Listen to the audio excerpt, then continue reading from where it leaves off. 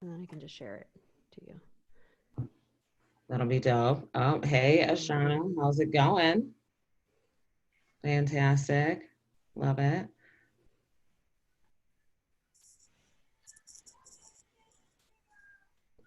This is the first one of this kind, so this is great. I can't believe it. People are here.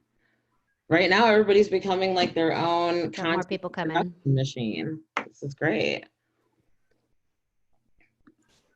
I feel like I've been waiting for at least 2 weeks for a light to arrive so that I can properly light myself. Yeah, and it took a week to get a microphone. So everybody's like setting up their own content production studio in their backyard, essentially. It's not funny. All video webcams are like on back order till November.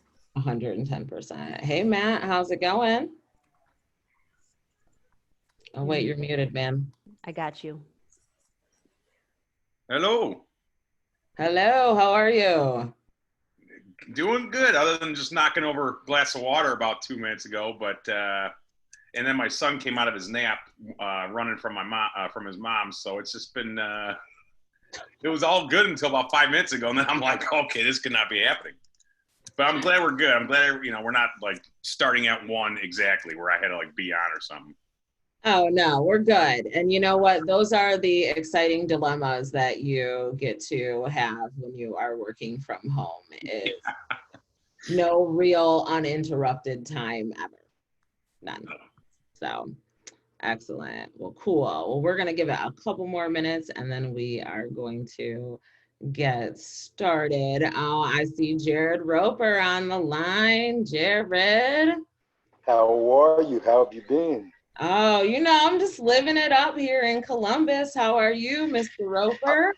I'm doing well. It's good to see you. It's very nice to hear from you. I hear we are supposed to be having some follow-up conversations sometime soon about something. Is that right? I believe that it is. Yep. Okay. I don't necessarily have an agenda outlined or any real specific questions for you, but I feel like there's a follow-up conversation in our future. Okay. All right. I'm down for it. Okay, good. This is the networking portion of the event. So that's what we're doing. Me and Ashana are supposed to have a follow-up conversation as well, aren't we, Ashana? Go ahead, unmute yourself. Give us. Yes. All right. See, this is very exciting because Ashana, I have known literally since before birth. And so she is about as closest to niece as one gets. She just graduated, class of 2020. I feel like some applause is in order for that. And not just with a high school diploma, but with an associate as well. So the overachiever of the bunch. I appreciate that. So this will be fun to get her in on the conversation. So, all right. So I am going to figure out what my next steps are here to sharing the screen. And we're going to start at 1:05 for any stragglers.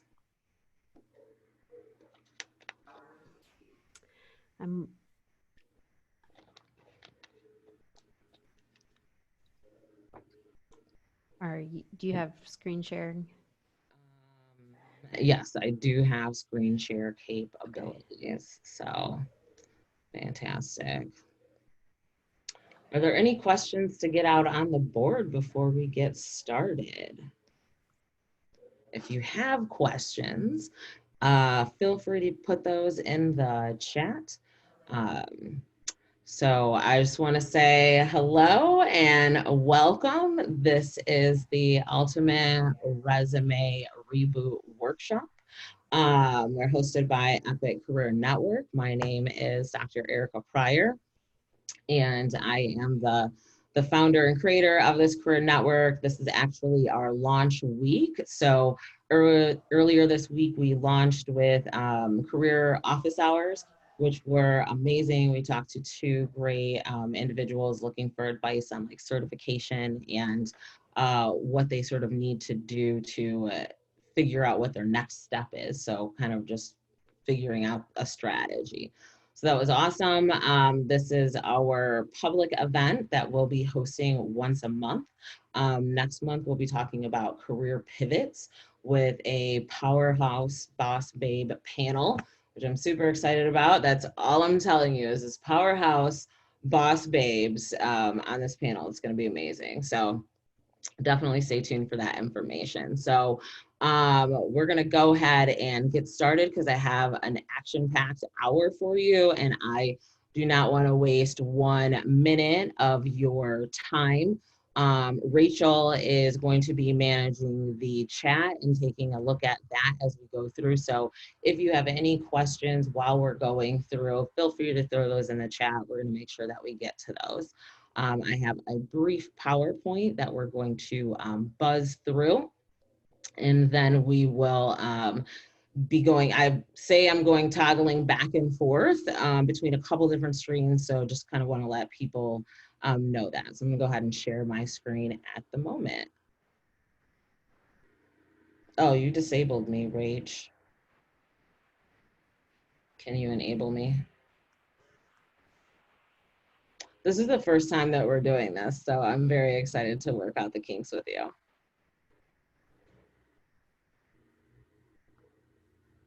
Okay, boom.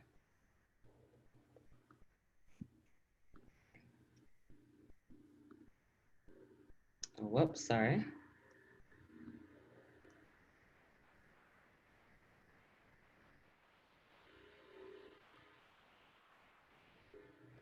All right, so the Ultimate Resume Reboot Workshop, that is where you are at. Thank you for taking the hour to be here. I know that there's a lot of different options of things you could be doing, and so I appreciate that you're spending your hour with us.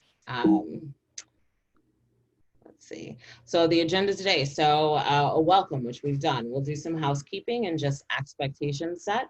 I'll tell you a little bit more about who I am, and then we'll talk a little bit about the Epic Career Network and what it is. And then we'll jump right into the meat and potatoes of today, which is going to be first 7 resume rules to live by, and then 4 ways you can really move your resume from good to great. And we will take questions, ideas, and suggestions. And if you are so inclined and interested, I'm willing to do a LinkedIn Q&A bonus. So we'll check in like near the end, and if you're interested, stay on the line. We'll totally do that because I love talking LinkedIn. So first, from a housekeeping perspective, this is a judgment-free zone, which just means that I want you to be kind to yourself and also be kind to the other folks on the line that may be asking questions that may seem like they are obvious to you, but they're not. And also to be kind to yourself and that you may feel like I should know this already, but I don't. That's why you're here. So please speak up, ask questions, and stay engaged with us.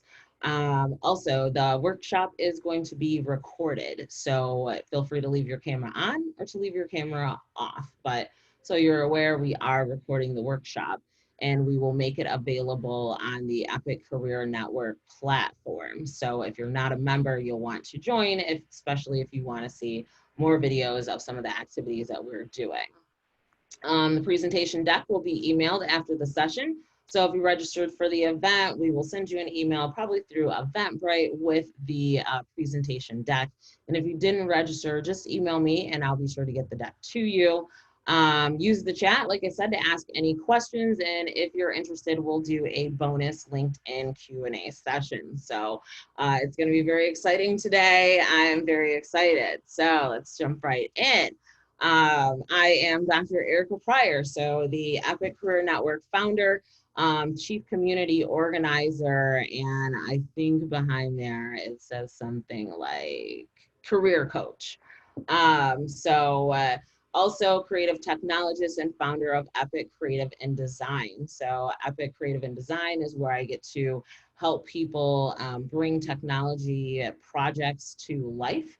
And I find that a lot of people sort of know a little bit about technology and they have a project idea, but they don't really know how to sync up the tech with the project. And so that's where I really come in with a little bit of knowledge about a lot of different things, a pretty expansive network of people that I can reach out to and try and sort of bring the people together that help bring those technology enabled projects to life. So my previous lives have included, I was a college professor at one point. That's how Jared and I know one another.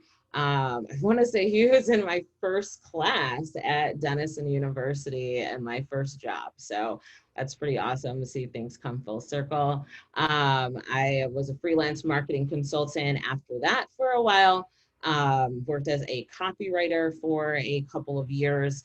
Spent some time as a user experience content strategist, content marketing, community organizer, and then podcaster. And I say that as a former life, but I do think that there's a podcast that is brewing inside me because I really miss interviewing people and I love to kind of elicit people's stories from them. So I feel like in the next month, there's going to be a podcast that comes back to fruition. So stay tuned. That's going to be fun. So I'm on the level. So I believe in the integrity of words. My PhD is in rhetorical communication, which is really studying the words and what people say and what they mean and how they are able to sort of move people to action.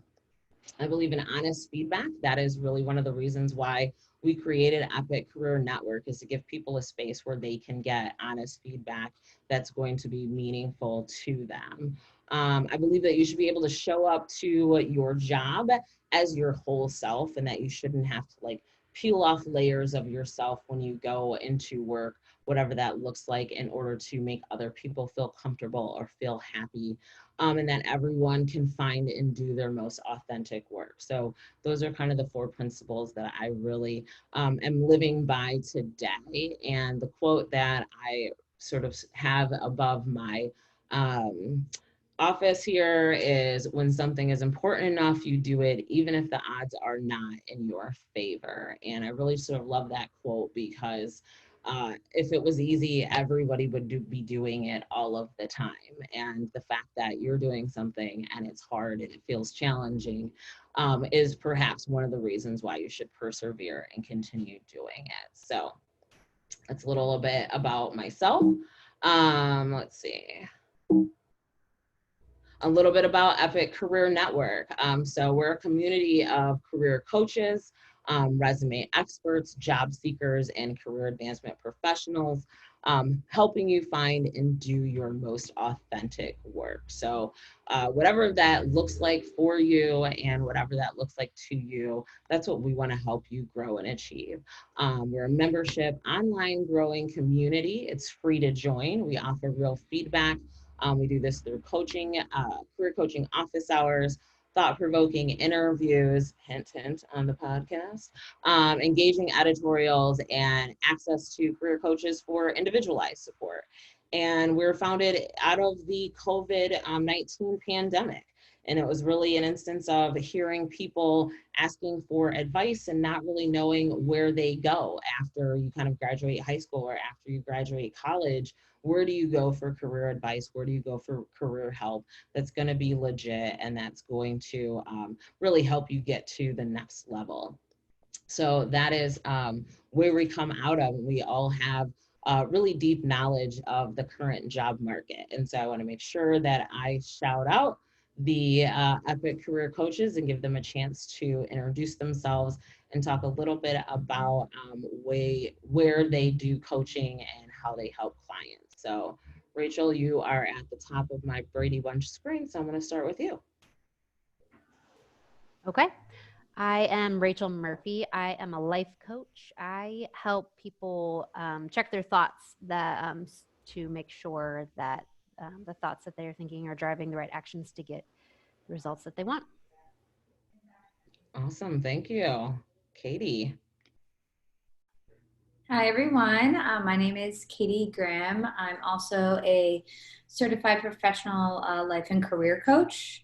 And I focus on helping people align their strengths and values towards a path of self-fulfillment. Thanks. Awesome. Thank you. And Matt.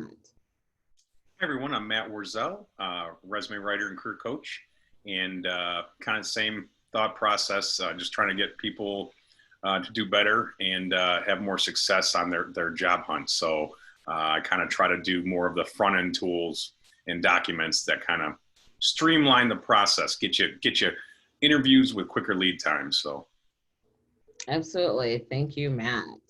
So now let's jump into the meat and potatoes of the thing. So first, we have resume rules to live by. This originally started as like a list of 4 things and then quickly grew to 7 things. And it certainly could be like a list of 20, but I have tried to narrow it down to these 8 things. So regardless of like your resume or what you use it for, how you kind of contextualize it, these are some really fast and dirty rules that you can take with you. So first, treat your resume as a living, breathing document. That means that your resume never sits without your attention for very long. You should be sort of thinking about and updating it. You should have a couple different copies of your resume, and it should be something that's like not too far out of reach for you. This one may seem obvious, but it may seem obvious, but use consistent grammar, formatting, font, and listing approach.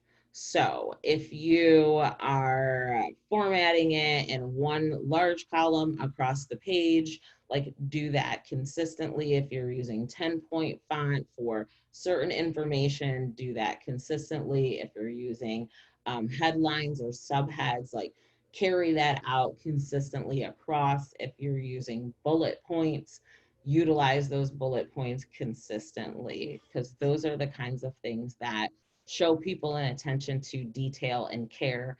And for some positions, detail and care may be one of the core strengths of that position. Have more than one resume. So there's lots of different reasons to have more than one resume, but at the very least, to have a resume that may be around role type, and then have a resume that may be ATS compliant. So ATS being your applicant tracking systems compliant, and their applicant tracking systems, if you're not familiar with that language or concept, those are your softwares, your programs, your algorithms that a lot of larger companies will utilize to crawl the resume documents and to then surface a list of candidates that are going to be qualified based on some keywords that have been identified. And so when we talk about ATS compliant, there's the keyword component of it, and then there's also the formatting component of it.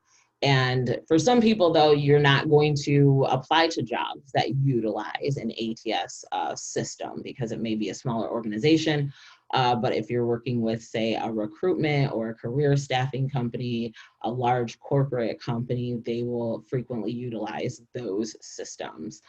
Matt, I'm going to stop right here because I feel like you have some valuable insights that you can share around like ATS compliant resumes.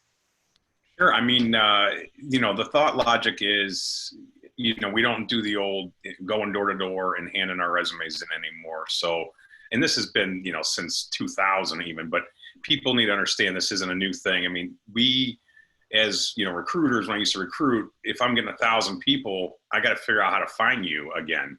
So an applicant tracking system essentially is just your way to communicate to the recruiters on the corporate team, or wherever they work, whatever company you're targeting, and you're saying, hey, here's my resume, and they go, oh, you look pretty good, but maybe in 6 months when we have this kind of opening. So then in 6 months, you need these particular buzzwords, we'll call them, on the resume so they can find you again. So, and this works for anything. So if you apply to any sort of job, your descriptors, that the descriptors in the job description in the targeted role need to be in your resume. So comb those over, use LinkedIn. The endorsements at the bottom of LinkedIn is a good source. So if you find some, let's say, people that are kind of the same level as you, or maybe a step up on the ladder that you want to aspire to be, go through their LinkedIn profile, look at the bottom with the endorsements, and see those buzzwords that are kind of talking the talk in your world, in your space. And if you don't have the knowledge of them, don't fib, don't put them on there just to get picked up. But if you have the knowledge of it, or maybe you can acquire the knowledge of it, that might be another step for you to do some continuing education even. But buzzwords are crucial. I mean, it's the only way to get found. So. No, and that's really good. We're going to talk a little bit more about ATS compliance and how to use job descriptions to figure out those buzzwords or keywords. So awesome. Thank you. So another important rule that you should really live by is don't use your LinkedIn profile as your resume. So yes, they communicate some of the same information. And yes, when you're on LinkedIn, there is an option to download your profile as a Word document. And if you feel like, okay, this is at least like a starting point for me to kind of dig in, great. But don't use that like wholesale as your resume, because LinkedIn and your resume have two different functions. Don't add your picture or previous salary or wage to your resume. It's pretty well-known knowledge that, especially for women and people of color, the salary and wages are frequently utilized to offer you lower wages than they might for other candidates in that position. So additionally, you have unconscious biases that come along with seeing images of individuals and making certain associations with them. So you really want to avoid adding your picture or your salary or wage on your resume in any way. And employers will ask for it, but from what I understand, you legally do not have to respond to that question. Or you could respond with a range, and that'll give you kind of some wiggle room to work with, but don't include it on your resume. Avoid using links and words relevant to your experience. And part of this goes back to, again, the applicant tracking system, because when that system is crawling the resumes, the formatting that exists behind those hyperlinks is frequently what's read and not necessarily the text on top of that hyperlink. And so a lot of times you can kind of lose the juice that you have from your keywords if they're linked because of how those algorithms work. So you want to avoid linking words that are really relevant, linking keywords, and try and find less relevant keywords to link in those instances. Of course, always get feedback from a trusted advisor, mentor, or colleague, somebody that's going to give you like real feedback and want to sort of advance your project and your process. And always submit your resume as a PDF document rather than a Word document. So I highly recommend this. I could just be like a little paranoid, but I always suggest like submitting as a PDF so that someone does not have the ability to take your document and to easily change it and manipulate it. Now, if people are going to do that, they're going to do that, and a PDF is not necessarily going to stop them, but you at least make that process of plagiarism a little more difficult. So now we are going to talk about 4 ways you can take your resume from good to great. So the most common question that I get asked when it comes to resumes is, what is a good organizational structure? How do I format it? How do I actually organize the jobs in my education and experience? And so there's a couple strategies that are tried and true. And depending on what your experience is and what you're trying to prioritize, you may have a version of your resume that utilizes one or all of these. So the first one is chronological experience. And this one is just as it sounds, you're going to be organizing the positions based in time. And so when you're listing that information on your resume, you want to make sure that you list both a month and a year of the time that you started the position and when you ended the position. It's not useful to just list the year because there are 12 months in a year. And, you could list 2019 and 2020 and you started the job in December of 2019 and left the job in January of 2020, but you can't tell that information from years listed. So chronological would be one strategy for organizing your positions. Functional is the next strategy in terms of organizing your positions based on role or the functions that you had in that role. And so if you've worked in maybe a lot of different industries, but maintain a pretty consistent role type, then this might be a strategy that works for you. If you've worked in one single industry, this could be a strategy that works for you as well. One grouping that I use a lot with clients and I recommend a lot is thematic grouping. And that's primarily because I see a lot of clients who have a diverse work experience and they're really struggling to figure out how to make sense of all of the things that they have done. And so when I talk about thematic grouping, I then say to people, okay, let's group your positions based on the common work or the industry or the role. And then once we can figure that out, and if we can get to 3, that's always like a good number to work with. So once we can figure that out, then for internal consistency, we will list them chronologically. So again, your most recent work experience on backward within that category of work. And then the final, which really, is sort of de facto, is a combination. And you see that in thematic grouping, functional grouping, you could certainly have a combination as well. If you've had like a long work history at a single company, but you've worked in different roles in that company, then functional or thematic may be a grouping category with chronological included in there. So you do want to have an organizational structure though. You have to organize it somehow. And these are sort of at least 3 strategies that you can start with.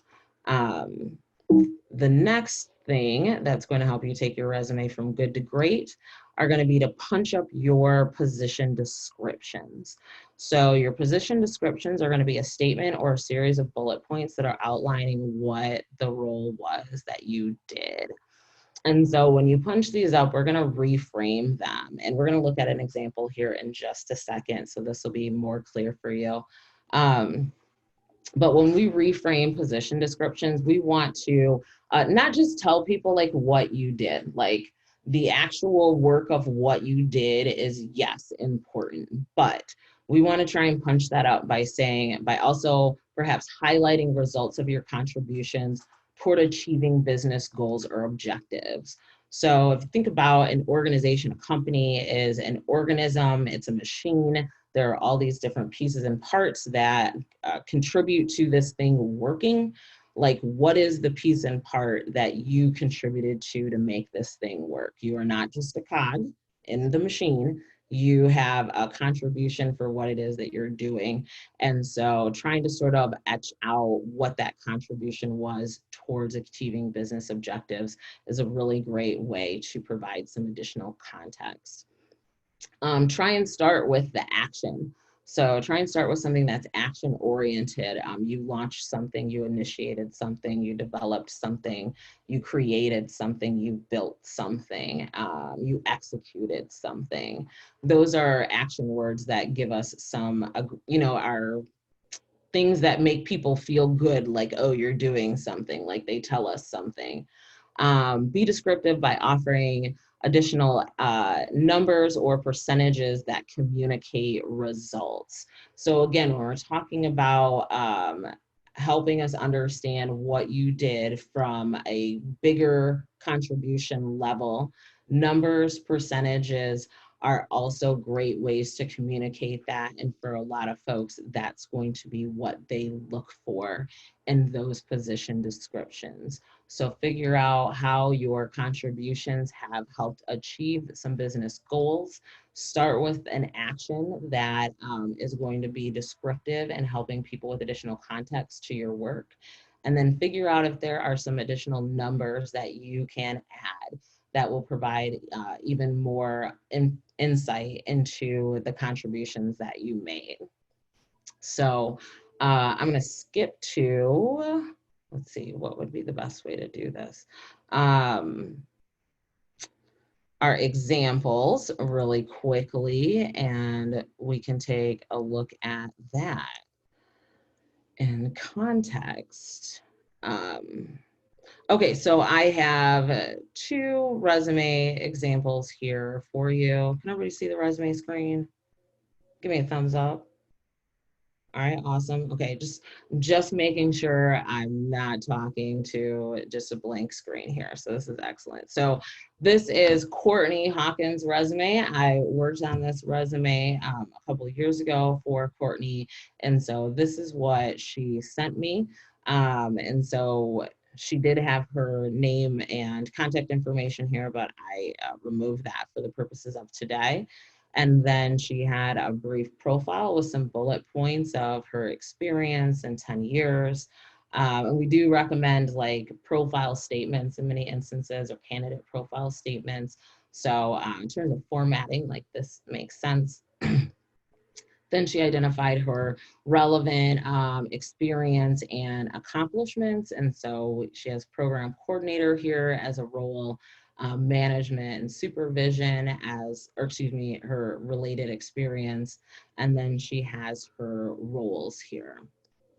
And so kind of the first thing that Courtney and I worked through on reimagining her resume was to look at the organizational structure and to group her positions, because she had, when I dug in, it was apparent that she had a lot of experience here, President, Distinguished Home Services, Program Director for Res Care, so another healthcare community, and then Support Care of Ohio, which was assisted living. So she had things that were kind of concentrated, but because she was organizing them by position and chronologically, it was really difficult to kind of understand like where the locus of her experience was and like what she was really doing. So that was the first thing that we did, was reorganize her resume around thematic grouping.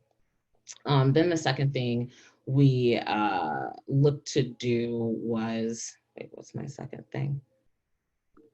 Sorry. Oh, punch up. Yes, punch up position description. So the next thing that we looked to do was to really punch up her position descriptions. And so I'm going to bounce back here because I've isolated a couple position descriptions that she had. So the first one, recruit, train, and provide personal caregiver assistance to people with developmental disabilities and seniors. So on the surface, it's just fine. It gives you like a baseline understanding of what she did in this position. But I was like, okay, let's figure out, how to punch it up and provide some additional context to that. And so punched up, we said, conduct state and provider level training for direct care support staff, K-12 personnel, caregivers, and parents on associated state and provider level policies. So the additional description that we get there is that Courtney is familiar with provider level policies from a healthcare perspective. She's also familiar with state level policies, which is a certain level of knowledge. And then she also can provide training to a number of different communities on these topics. So we were able to really kind of provide some additional context and enhance the description around her previous experience with just a little bit of tweaking. Second example, standard, design and implemented service development plans and conducted operation assessments. So this was definitely one where I was like, Courtney, what does that mean? And so we were able to drill into aggregate or gather, analyze, and report on access to care and monitoring statistics, plan utilization, staff productivity, cost-effective utilization of services, management of target member population, and triage activities. So we were able to get in some very specific ways in which she gathered data, analyzed data, shared out that data on the operations and the assessments that are all have these level of impact for the organization and its business objectives.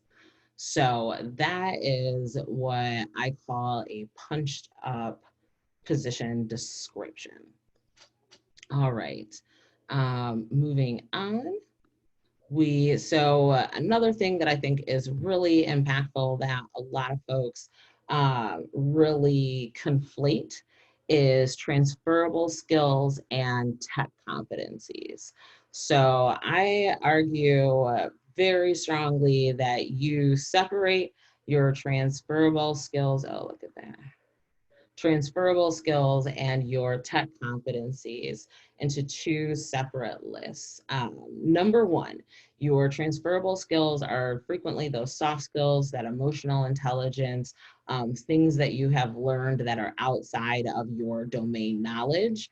That really sort of communicate, like, are you willing to work as a team player? Like, are you someone who can work independently? Are you a person who likes to solve problems? Are you a taskmaster and enjoy like working through lists? Like, your transferable skills give us a sense of like the other things that make you a good employee. And then your tech competencies are really related to the technologies, the softwares, the hardwares, the domain knowledge that you need to know to properly or adequately execute your job. Matt, I'd love to hear you talk about like transferable skills versus tech competencies and kind of the impact of either separating those out or pulling them together. What's your perspective? Yeah, I mean, and this is, again, everybody's customized. So in some cases, depending on, maybe a space thing, a transferable thing, if it's something that you're trying to, kind of a bit of a reach for a candidate. So, how you set it up in the resume can vary. I just want to say that initially, but I'll say the majority of it is that I do separate them.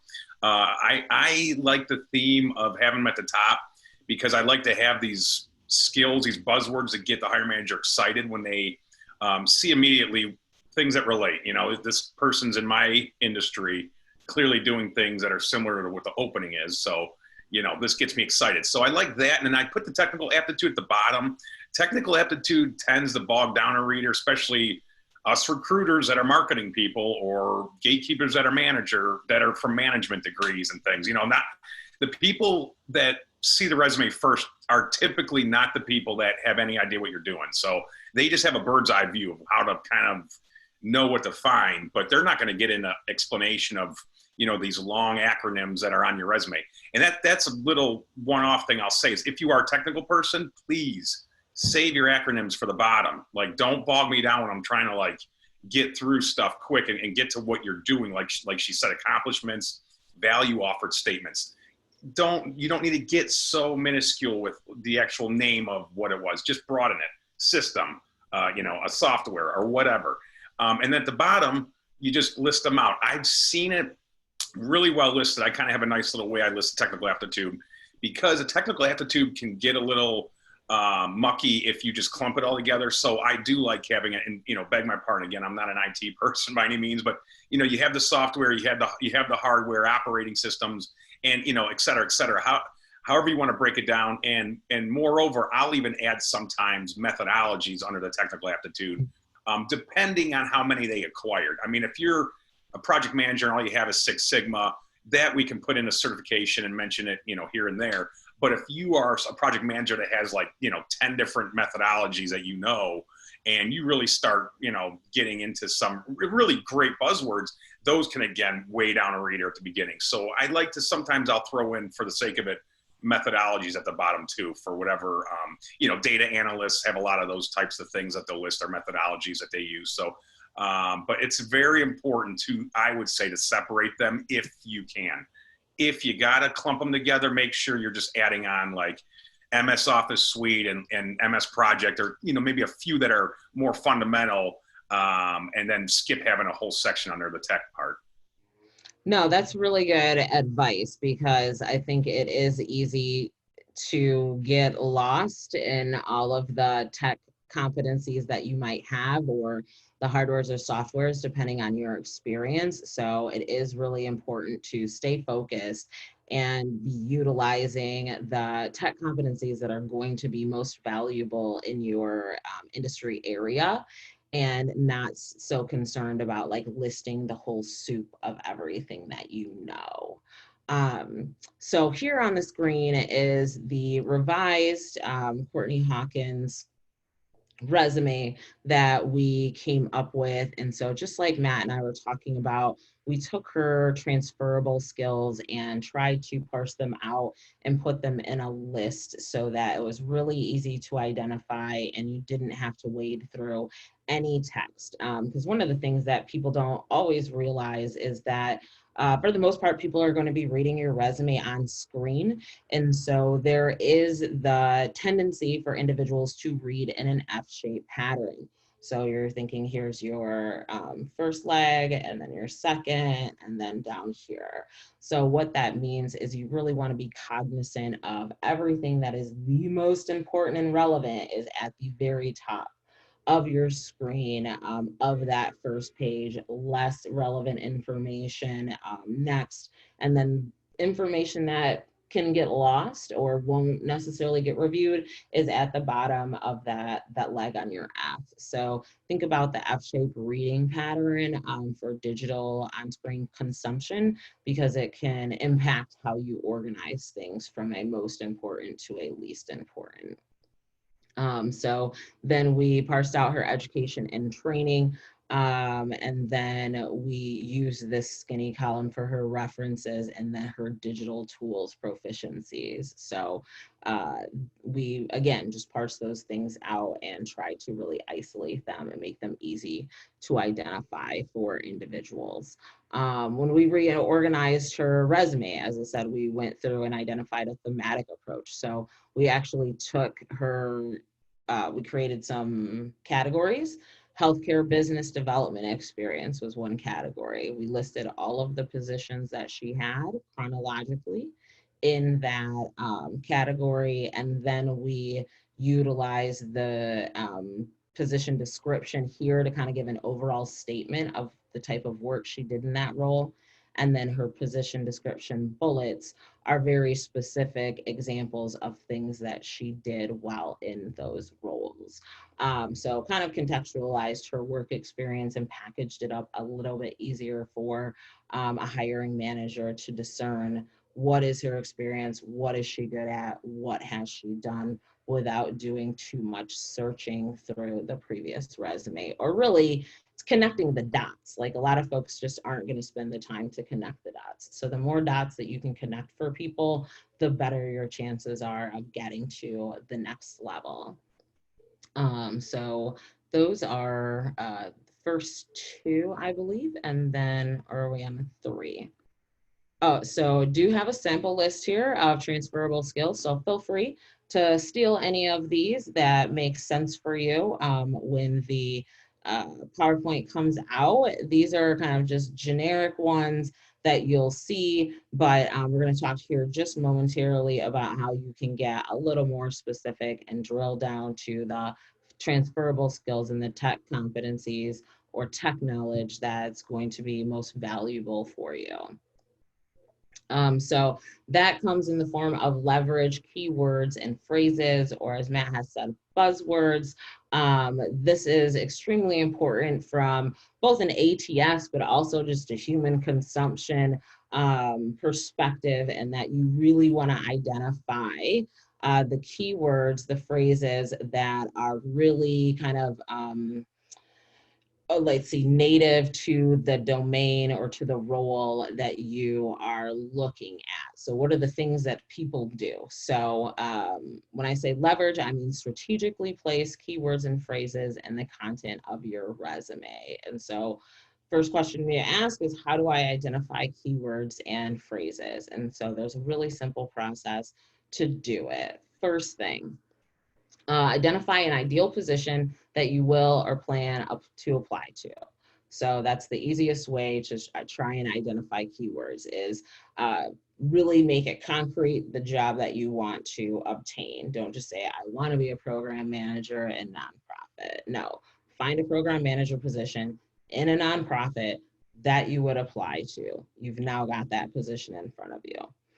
Read through that position meticulously to identify the words or phrases that are repeated throughout the position. So this is your surefire way to really identify keywords. If you start scrolling through a position description and they mention customer service, customer experience, customer service, customer support, you know, those are 4 things, 2 things that are extremely important. So those are things that you want to pick up on.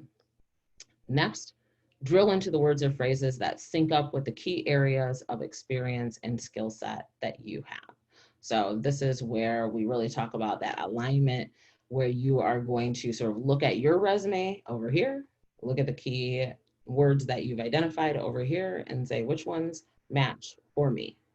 What experience do I have that syncs up to that and that matches? And then you are going to position them strategically early in your profile. So in your profile or candidate statement, early in your position descriptions, early in your bullets, early in your transferable skills, early in your technology competencies. So you always want to prioritize the most important things at the top of your list, and then the least important things near the middle, actually. The most important things go at the top, the least important things go in the middle, and then the most second important things go at the end of your list. Because again, when people are reading on screen, that's what they pay attention to, the top of the list and the bottom of the list. So that is going to be a great way to leverage keywords and phrases and get those in your resume and strategic spots. And so I think I have my LinkedIn profile, perhaps, let me see here, pulled up because I wanted to take a look at a sample position description. So let me just see if I can stop sharing here for a second.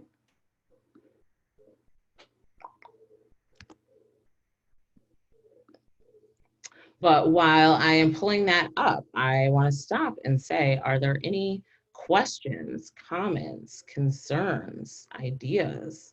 What are we doing? Not so much. All right, that's fine. That's good. All right, so what did I have?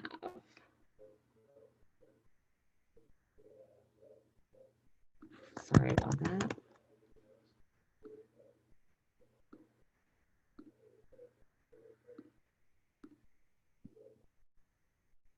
All righty, so I have a quick position description pulled up here. I am going to share the screen and we're going to take a look at it and just talk about identifying keywords. And then we will open up the floor for questions if there are any.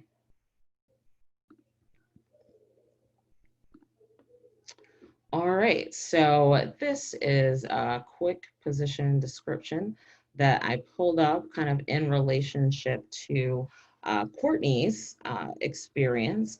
And so so this is for a regional director of business services, National Church Residencies, which is a nonprofit here in Columbus, Ohio, and offers residential health care. So as I kind of look through this, I am really, again, kind of trying to key in on what are the words that are consistently repeated that are going to help me identify keywords. So let's see, in business services, business office managers, services, needs of residents. So as I'm kind of drilling through this, this is what you'll do. You'll drill through, you'll really sort of look and study it to try and identify like what's consistently repeated. And just like we have talked about at the beginning of the list is your most important things, and the middle is kind of less important, and at the end is more important, you can kind of assume that a lot of people approach their list making in that way. Because frequently you get started and you're like, yes, everything has to be on here. And then you kind of get to the middle and you run out of steam. And then you get at the end and you remember a couple more things that were really important. So you'll do that. You'll follow the list. You'll take a look at it. You'll look at the expectations that will also be, or the role description, might be responsibilities. It could say skill sets, experience. So all of those things. And then, as I said, you'll create that list and then you'll map it onto what your skills are, or your experiences. And then you will strategically place those in strategic places in the resume. So those are the 4 ways that you're going to be able to take your resume from good to great. And we're just drilling down to 151, so we're making great time. I want to make sure that we stay connected. So here is my email address, erica@coolcreativedesign.com. So feel free to drop me an email.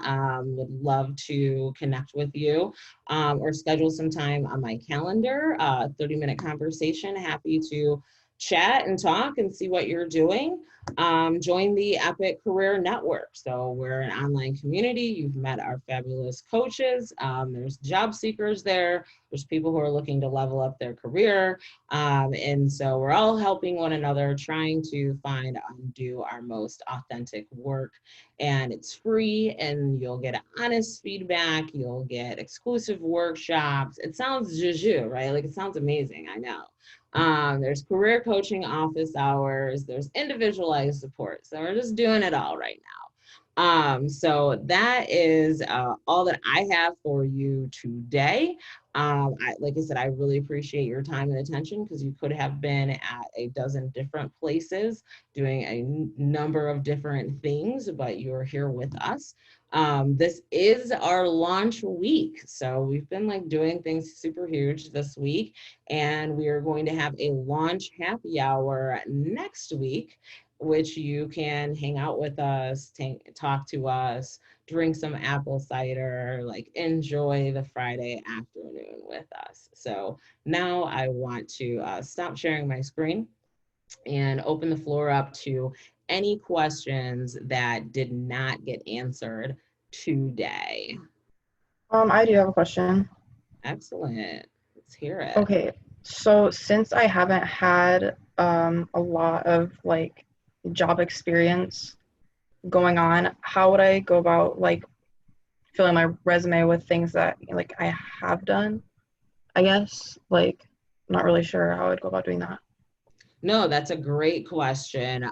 People either haven't worked a lot, or you haven't worked in a particular industry and you're trying to make a career pivot.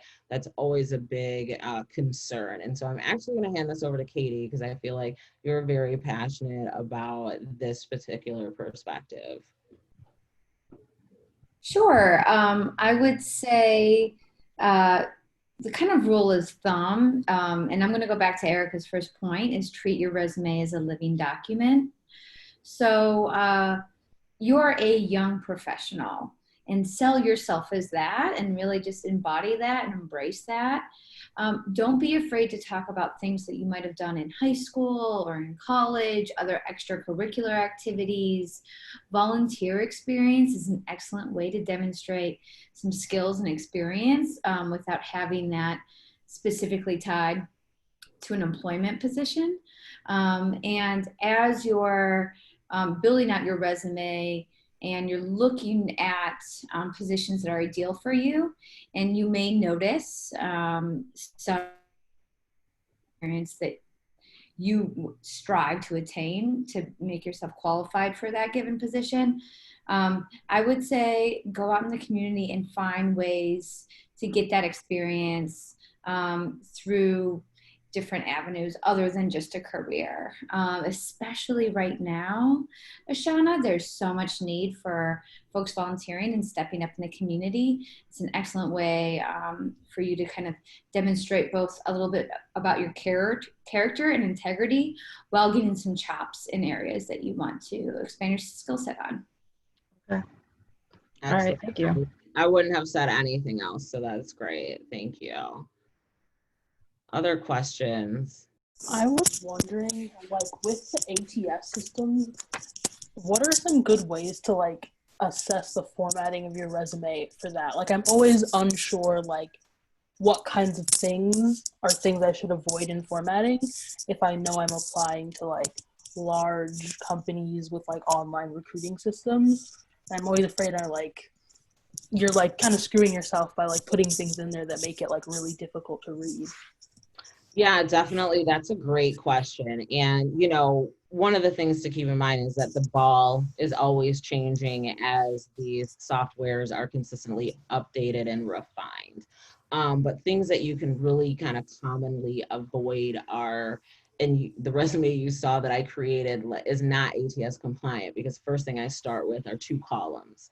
And 2 columns, like one column is kind of your friend in ATS land, because it allows the algorithms to kind of crawl your document more uniformly, versus they may do 1 column and then they may do the next column, but they may just do the whole thing straight across. And if you have 2 columns, the information gets translated in a disjointed manner. So avoiding columns, avoiding extra formatting like italicize, like bold, avoiding like multiple fonts, like all of the formatting that you typically do, try and minimize it as much as possible. Matt, what do you think? Do you have any additional recommendations?